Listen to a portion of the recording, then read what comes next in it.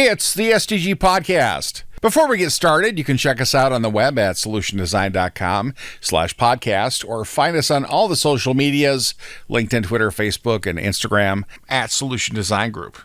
Another podcast. Welcome, gentlemen. Thanks for being here. Let's go around the horn, say hi, and introduce yourselves before we dig in. Start with Brian. Hey, I'm Baby J. Brian. Hey, I'm Peter's friend, Chad Jetner. Hey, Peter, what are we talking about today? I did. I jumped in real quick. Oh man, I wanted to silence my phone. I'm Kyle Bacher, and today we're going to discuss governance versus freedom in regard to AI, ChatGPT, language models, machine learning, and all that kind of stuff. Or like literally anything, right? Is it good or bad? You have a twins hat, Peter? I don't. Well, I do. Dang it. I could go get one. 3 of the 4 of us have. All right.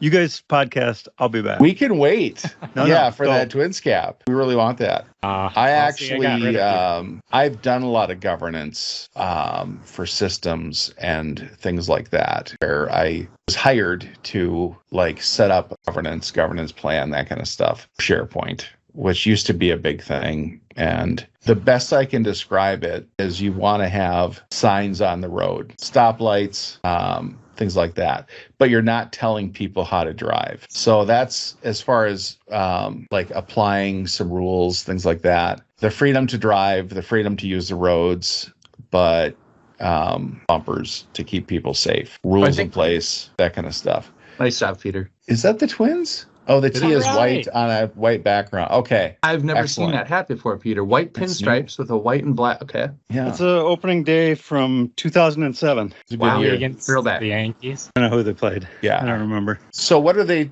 Didn't they shut down? Didn't they try to stop everything for a week, have a big meeting to apply rules, govern AI and ChatGPT? Wasn't there a freak out? OpenAI? Well, yeah.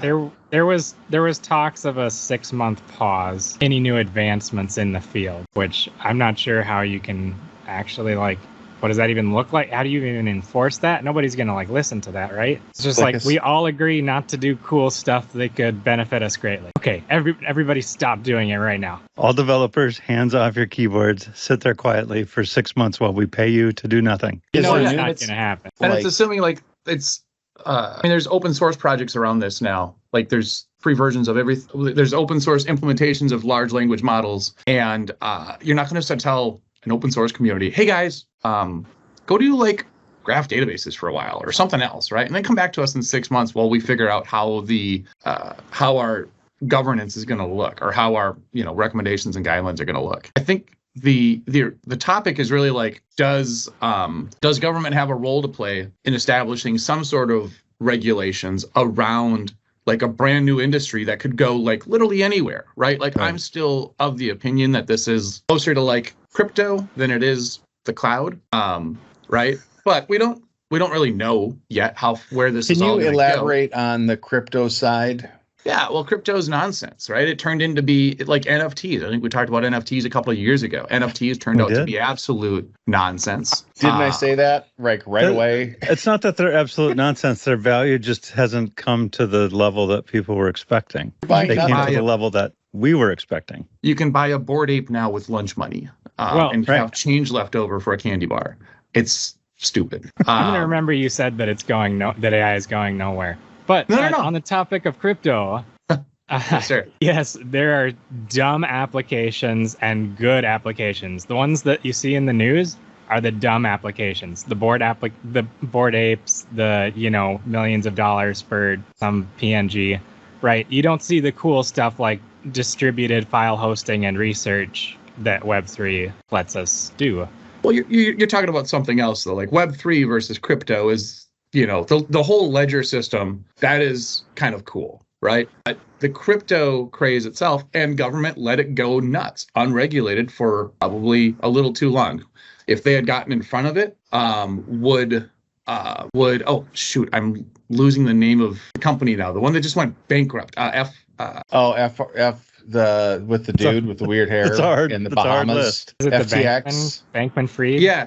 Yeah, Bankman-Fried's company. Yeah, the one that Matt Damon's commercial, right? The one that Matt Damon did the commercial for. Like, maybe if there was a little bit of regulation, but that seems like an organizational thing on their end. But would government have gotten in front of it and helped, shape the industry a little bit better? And would that have, in this case, it have been better for consumers if there was more regulations? I mean, this is dealing directly with your wallet, like almost literally a crypto wallet. Probably should have had some more rules in place for that.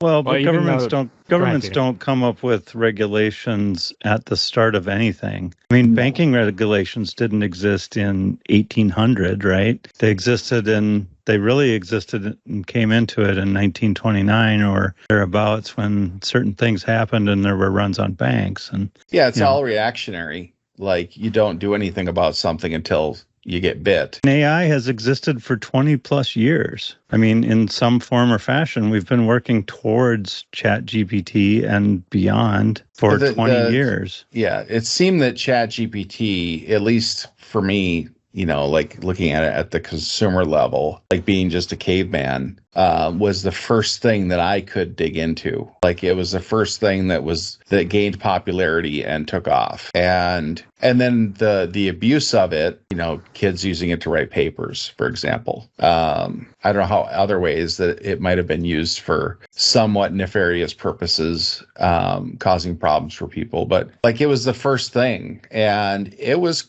a little bit frightening at first at how good it was at writing and doing certain things. I mean, it kind of blew me away. And falls under the safety. Speaking of governance, and you mentioned safety earlier, that does fall under safety because there's a lot of misuse. You want to keep it out of the hands of, and that's something that's easy to write regulation for. It's harder to enforce, but it's a pretty clear thing that we should do, right? So like phishing and stealing money from people, right? So you have potentially bad actors that would sit at their computers and convince grandma to go buy a Google Play card.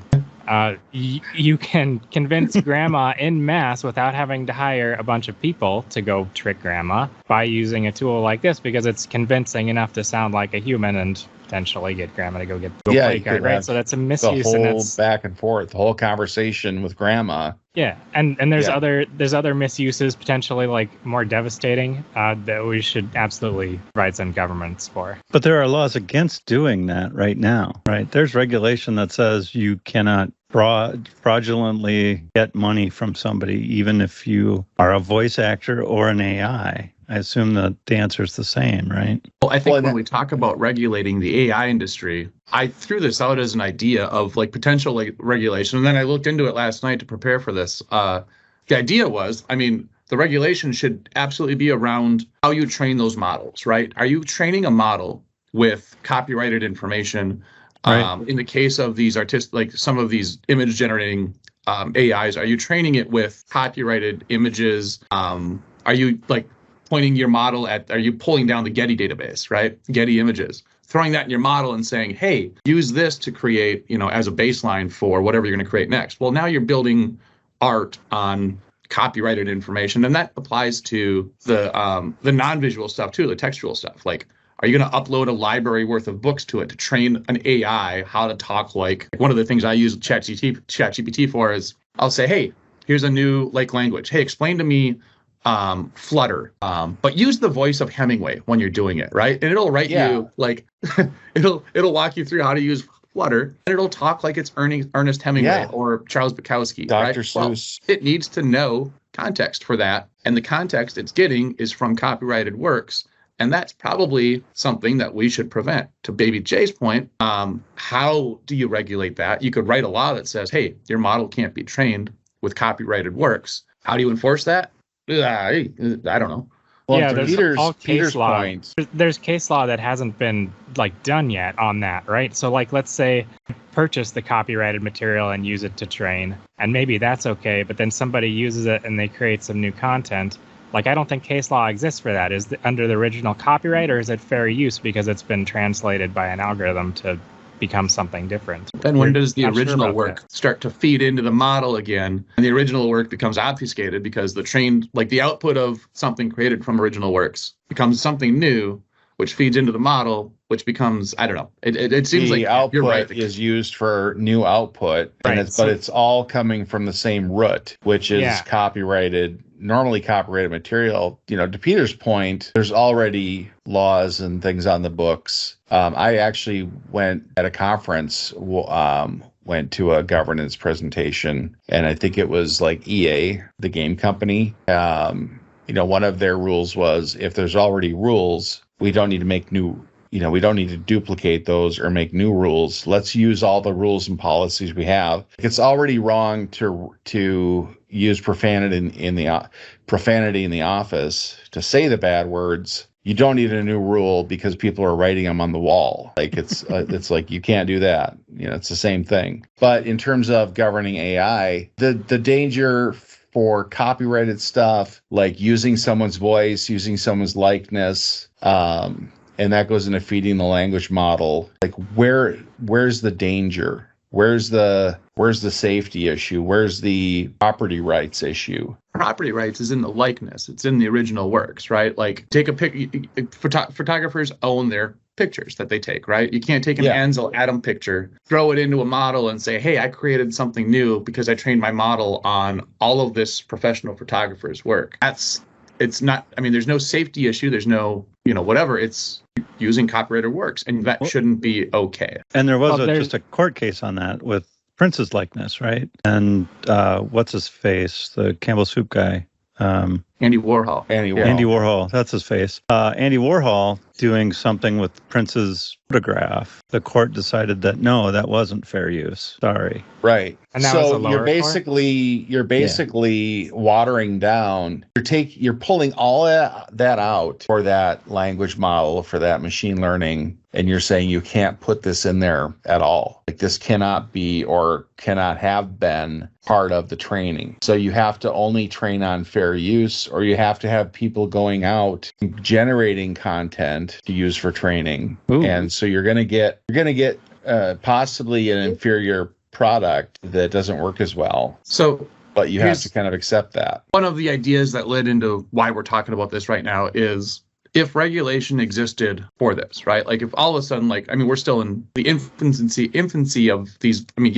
AI has been around for decades, right? But this iteration of it seems relatively new and relatively different. What would happen tomorrow if AOC proposed legislation and passed legislation that said you can't train your model on copyrighted works, right? I equate it to the internet before the Digital Millennium Copyright Act, the DMCA, right? Mm-hmm. Everything was out there, and there was little or no recourse for any copyright holder to go out and say, hey, give me my, take that down, right? People just be like, no, right? No.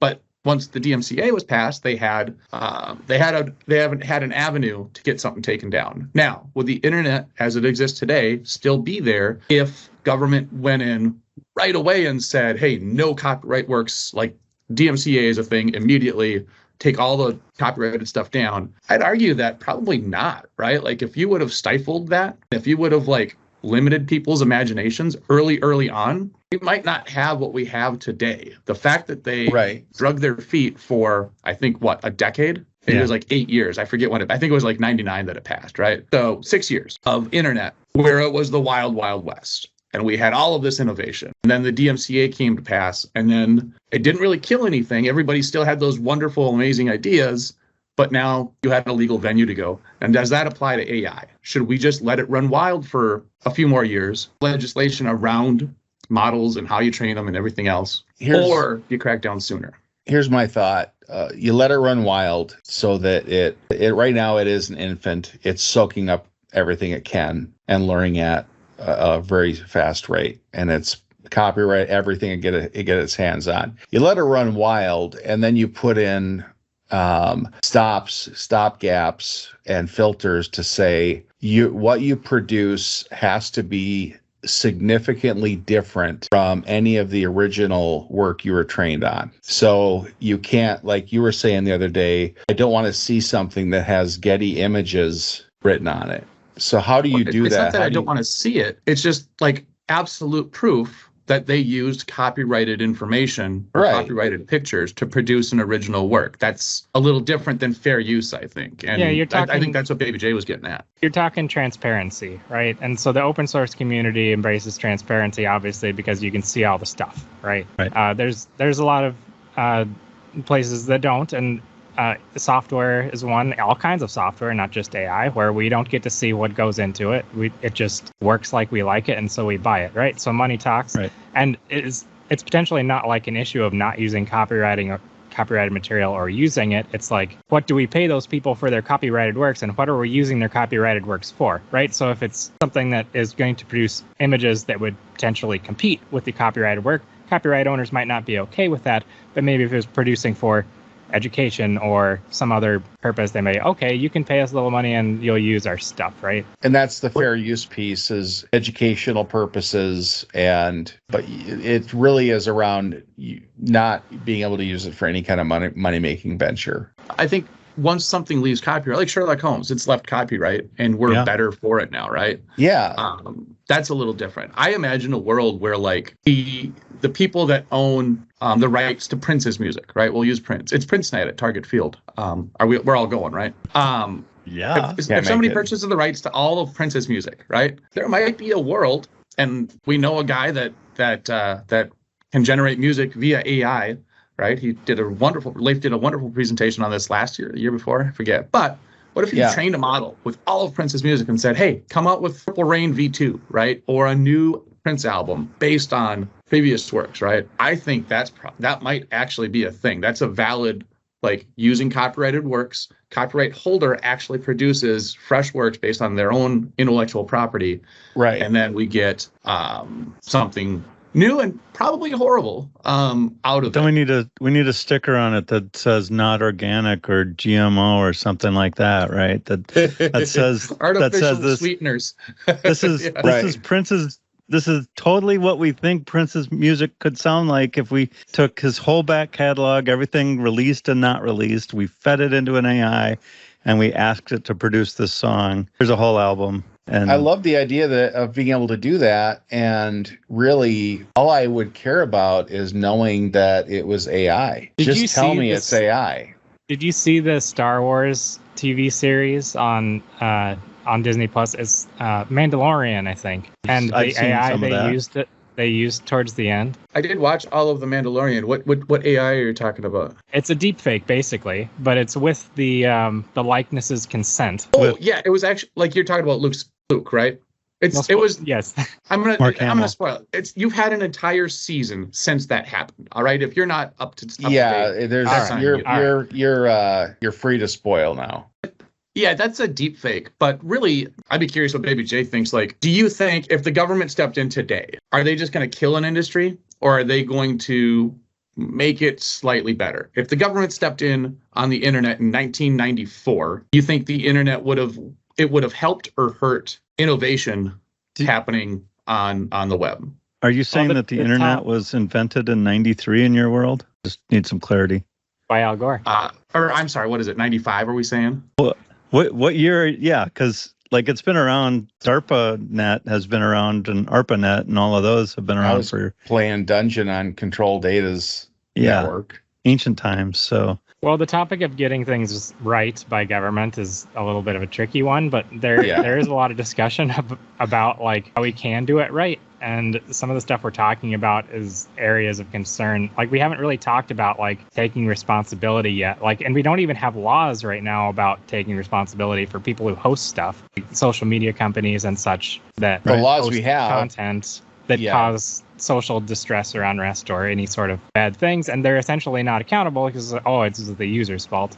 Right. But the same concerns potentially with AI, let's say, does something that we don't like or want and causes some damage. Well, who is responsible for that? And so accountability is potentially an area of governance that can say. Yeah, if I create burglar tools and I sell them on Amazon and somebody goes out and buys them and then commits a burglary, am I responsible? That's kind of That's it's tricky because you can go out and buy certain things that are obviously designed for a particular use, but you just can't use it for that use. It's legal to buy and use it for educational or fun purposes, but not for anything nefarious. What if I have a padlock on Granny's old lockbox that I personally own and I could pay someone to get into it, or I could have fun and try to get into it on my own? Right, so you can't outlaw lock-picking tools. Right. Back to the original question, though. If regulation happened soon, like if regulation happened on the internet, or against, if we had the regulations that we have now with e-commerce, they're not going to get it right. We had those early.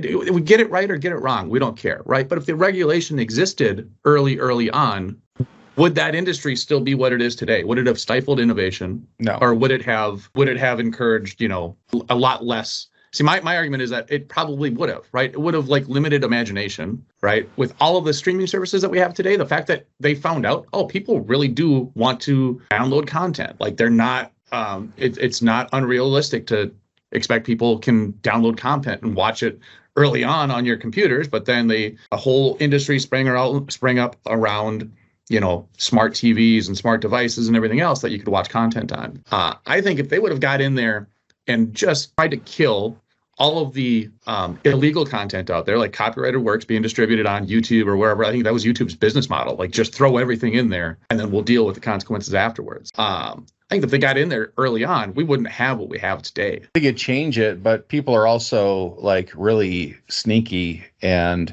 at figuring workarounds and things like that. I think it would have changed it. It probably would have slowed down the growth. That's what I'm getting at. Yeah. Yeah. It would have slowed it down. It would have stifled all of the innovation. And is that going to happen again with AIs, right? If we get in there right now, again, if somebody got in and proposed legislation, let's start at training your models with certain works. And it applies to, we're applying it to ChatGPT and DALL-E and, public companies that we can actually litigate against, not necessarily the open source models. But even other, and we could also apply it to self-driving cars. Right, that AI has to be seeded from some source of truth. How do you legislate that, or are we just going to get into a situation where we just make a lot of 75-year-old judges retire because they don't understand it, and it's just going to blow a biscuit in their brain? Well, so let me ask you this, Chad. What do you think about self-governance? So, it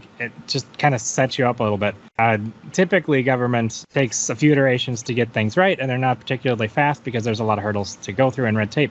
Yeah. But self-governance, perhaps in the form of the community that's fast and agile and exploring, can potentially make their own tools to fight some of the bad parts. What do you think about? I don't hate that. And I think that's what some of those consortiums are trying to do, right? The 6-month pause came out of that. And Baby J and I have sat at a bar together. He knows that I'm not great at self-governance. We just kind of go. Wall Street has long held that they're pretty good at self-governance and proven time and time again that they maybe have overestimated their abilities. Banking industry, another one that overestimated its abilities of self-governance. Wait, I think, Peter, are you making the argument against self-governance then? Because they're great at it? It doesn't hurt, right? Some banks get together and say we shouldn't do this, and they all agree. It's wonderful, right? Or we should do this, whatever. And the rules make sense. I think that's wonderful. But it never hurts to have somebody with a little bit more 500-pound gorilla abilities like the government to say, great, we'll just write those down for you and put them into the rule books. And I tend to agree with that. All the above approaches, because there's some things you can self-govern that are somewhat easy, right? So Kyle's example of the plagiarizing papers or writing your schoolwork for you. There already exist tools to detect AI written papers, right? So then it's an arms race, and so those tools are going to get better as the AI gets better. And so you can kind of fight it that way. But as far as not creating Skynet, that's not a self-regulating topic, right? That takes more. It probably takes law. The only thing that really scares the hell out of me is those Boston Scientific dogs. Yeah, if they were AI-driven dogs that had machine guns running on them and accidentally decided that your front yard, your chore cult was the thing to protect? Well, if it was protecting my chore cult, I wouldn't have a problem. But unless you couldn't leave the house because you were being like, we need chore cult rules. Number 1, Kyle stays home. Oh no, wait.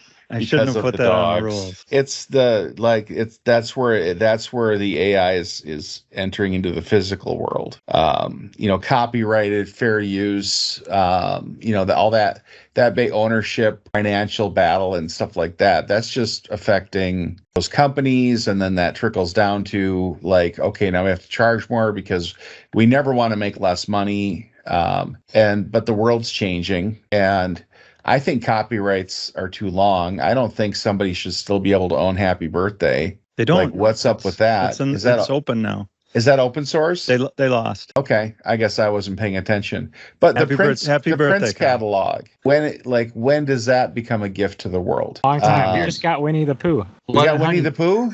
Yep. And there's an R-rated film about Winnie the Pooh as well. And Piglet, Blood and Honey. That's right. It's a violent film. I think one of the things that we can look at is a lot of science fiction, right or wrong, has done a lot of thinking about this. They maybe not have done a lot of acting on it, but they've done a lot of thinking. Really good point. Like the 3 rules of robotics, the famous Isaac Asimov rules, right? Has Boston Scientific incorporated those rules? Have we decided that those are good rules? Have we decided that they're bad rules? They seem reasonable to me when I read science fiction, but it's because the robots didn't exist at the time when I was reading it. Well, science fiction, not only science fiction, but philosophy, and like all the way back to Alan Turing, like 1940s, right? And 1950 was the Turing test. It's almost like 80 years. We've been thinking about the potential for this to come along, right? So there's a lot of thinkers, to your point. Like that. And everything can be abused.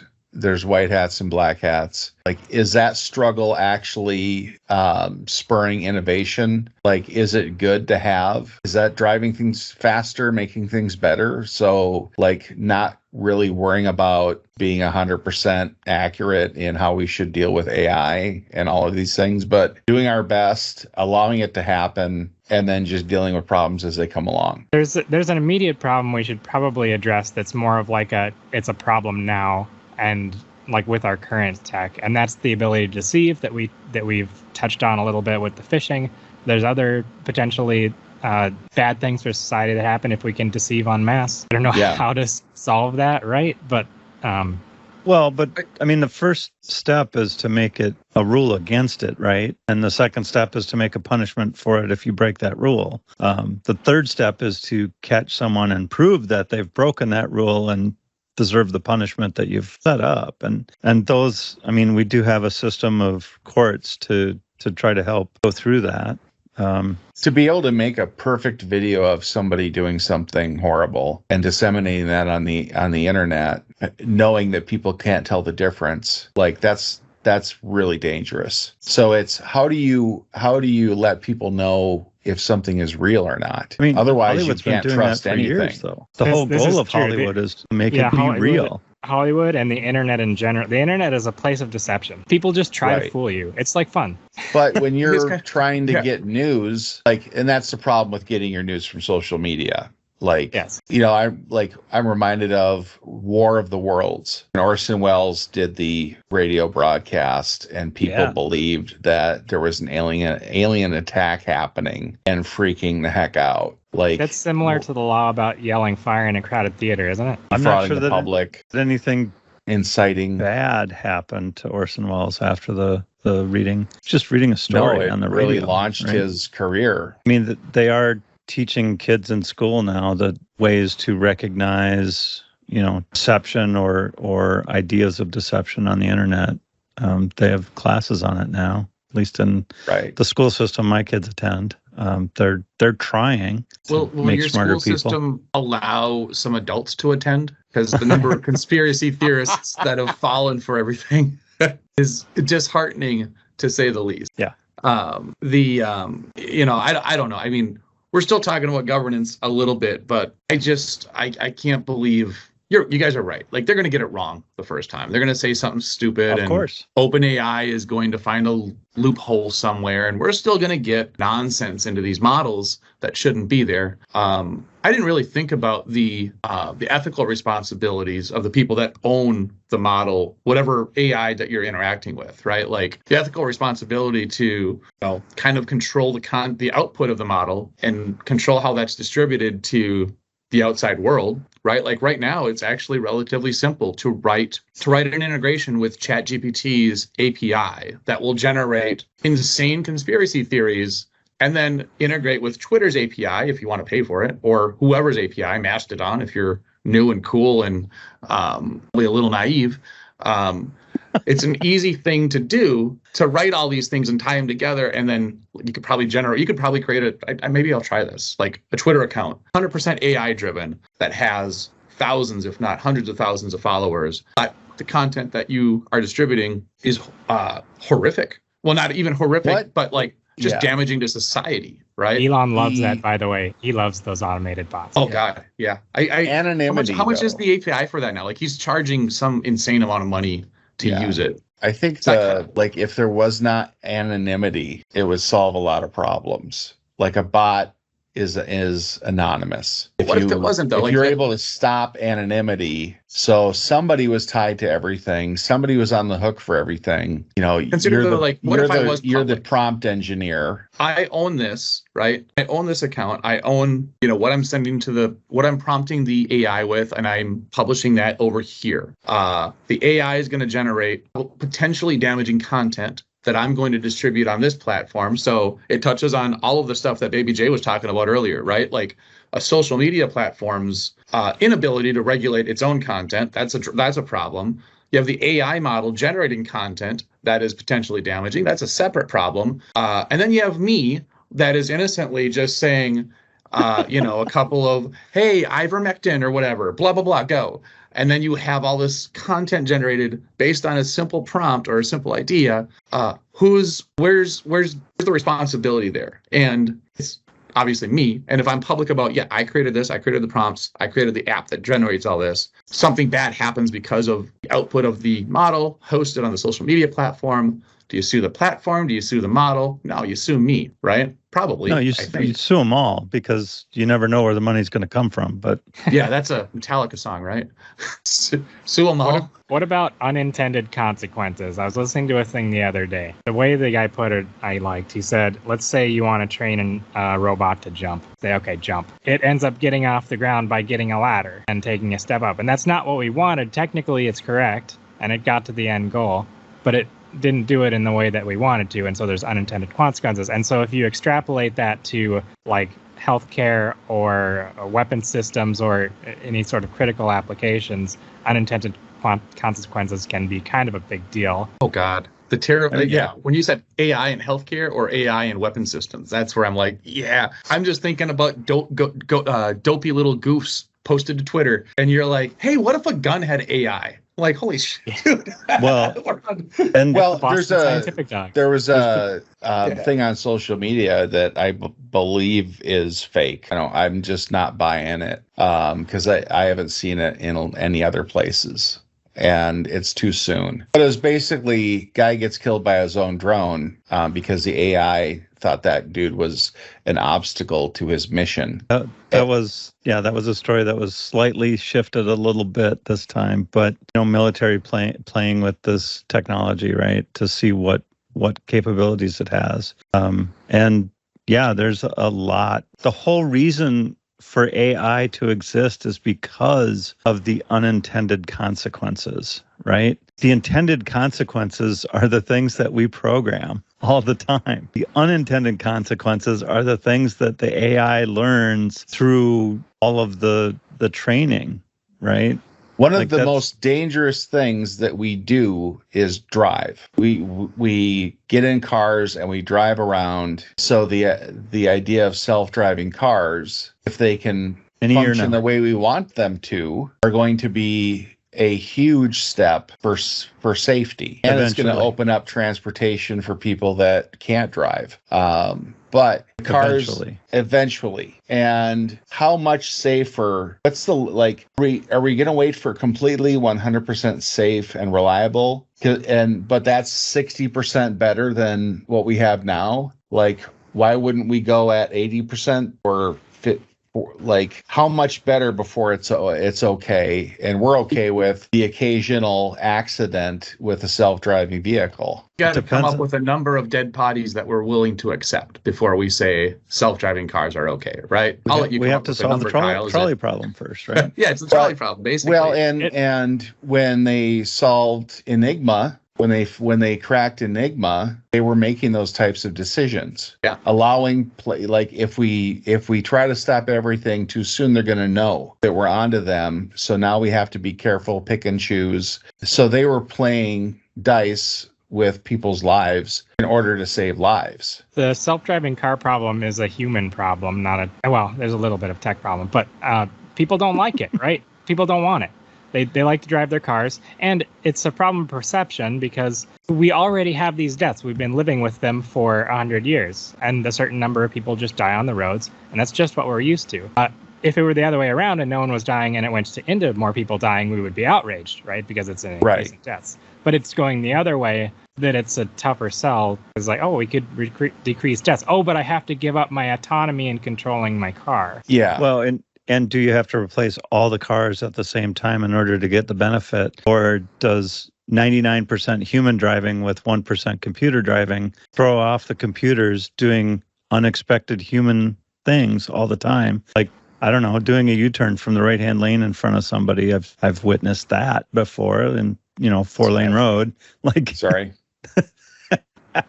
But those kinds of things are completely unexpected. It's out of nowhere. Humans have somewhat trained themselves to respond fairly well to those situations. Not 100%, obviously, or we wouldn't have these fatalities. But it is like what is the break-even point, or what is the benefit point? I mean, we have stories of self-driving cars that are actually doing the killing instead of preventing it. Yeah, as a percentage, though, it's like airplane travel, right? Like tiny. It's absolutely. A fraction, but they're sensational stories, and so we got to talk about them. I would love every plane door that opens on landing 2 miles before you land is a very heavily covered story. Well, the safer something gets, worse it seems when something bad happens. Like back in the day when going to the doctor, you had a 40% chance of survival. Going into surgery, you had a really slim chance of coming out of that alive with the tools they had. So that was just how it was. This is our last chance to save somebody. The doctors killed a lot of people while we, as a society, got better at medicine and doctoring and stuff like that. Well, then we get to a point where you have a 90% success rate. So when the 10% happens, it's an outrage. I think we kind of, we saw a squirrel and we strayed from our original topic of AI or governance and its role in encouraging or stifling innovation in some brand new space, right? Yeah. I'm trying to think outside of the internet, outside of AI, and outside of some of the other technologies. What are other examples? I was trying to come up with a couple more of these that could help inform whether or not specifically governance around the AI models is a good thing or bad thing. I think we agree generally that early governance of the web kind of hurt us, right? Would have had an impact. Would have had a huge impact. Early governance Kyle brought up the medical field. I think early governance of that probably would have helped a little bit because you hear about some of the horrific stuff that they used to do. And it's, yes, it's a new field, but golly, if you were one of those initial surgical patients, right, a little more governance around that probably would have been There's still going to be advancements regardless of legislation because it's just way too easy to do, right? You don't need human subjects. You can pull down a model. You can layer on whatever additional thing you want to and make advancements that way. And you don't have to release it, right? Let's say it does something bad, you're not releasing it, right? And then nobody gets hurt. It's just going to happen. People are going to do it in their basements. Not mine. I'm innocent. But yeah, people are just going to do it because it's easy, right? And it's going to advance the field. Yes.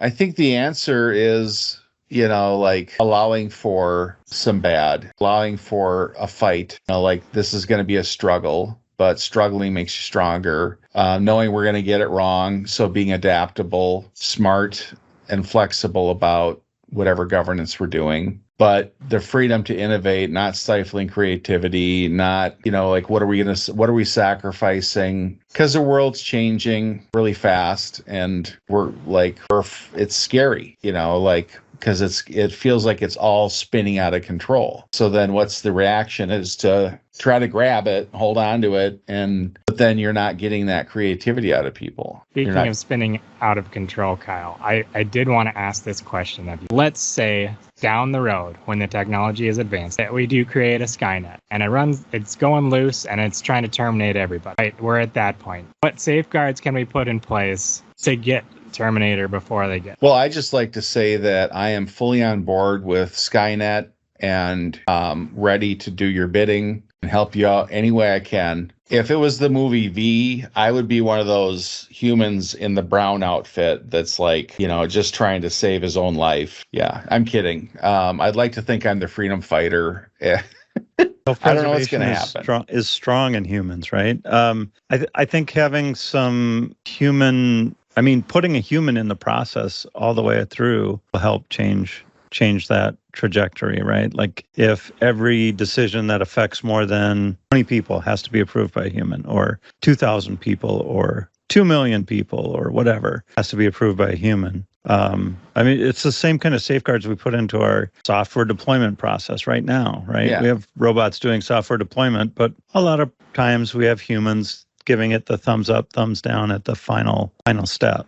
I want a name attached to it. I want a person attached to it. I want to know if it's real or not. I want to know who did it, who came up with it. Because I think that if you don't know that stuff, you can't do anything about it. To the Terminator question, you can't fight a Terminator until there's a Terminator. That was good. So here's the good news is, bringing this back specifically to AI, like right now it's kind of cost prohibitive, right? Like those models require a lot of horsepower to run, right? Like Microsoft's investment in OpenAI wasn't like cash infusion, right? They gave them like, I forget the number, $1 billion or $2 billion of compute resources to run ChatGPT on top of, or to run all their models on top of. So like, it feels like we've got runway to figure out some of the ethical implications and some of the legal implications of these models. To Brian's question around, I think Peter nailed it. There's got to be a human in the middle of a lot of these things. OpenAI does that right now. They do put a human in the middle of the model training process.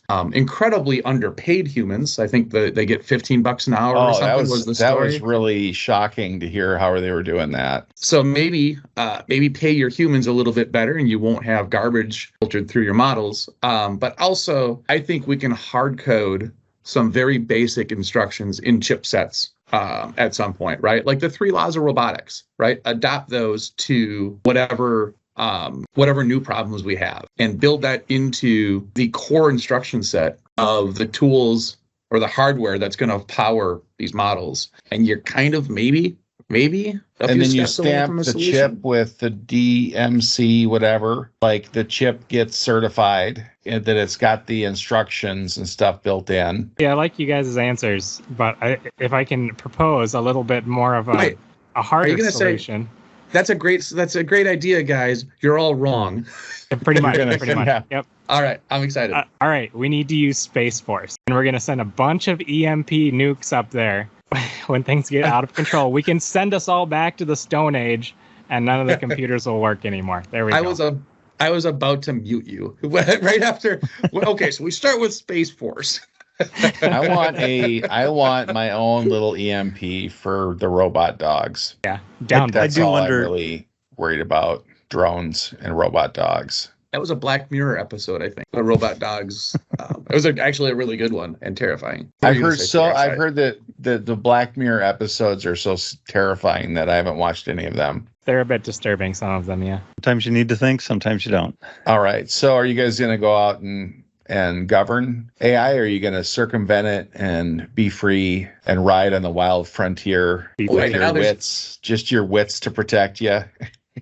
Right now, there's literally nothing, right? So there's no role for us, specifically us, to govern. And so experiment as much as you want while you can.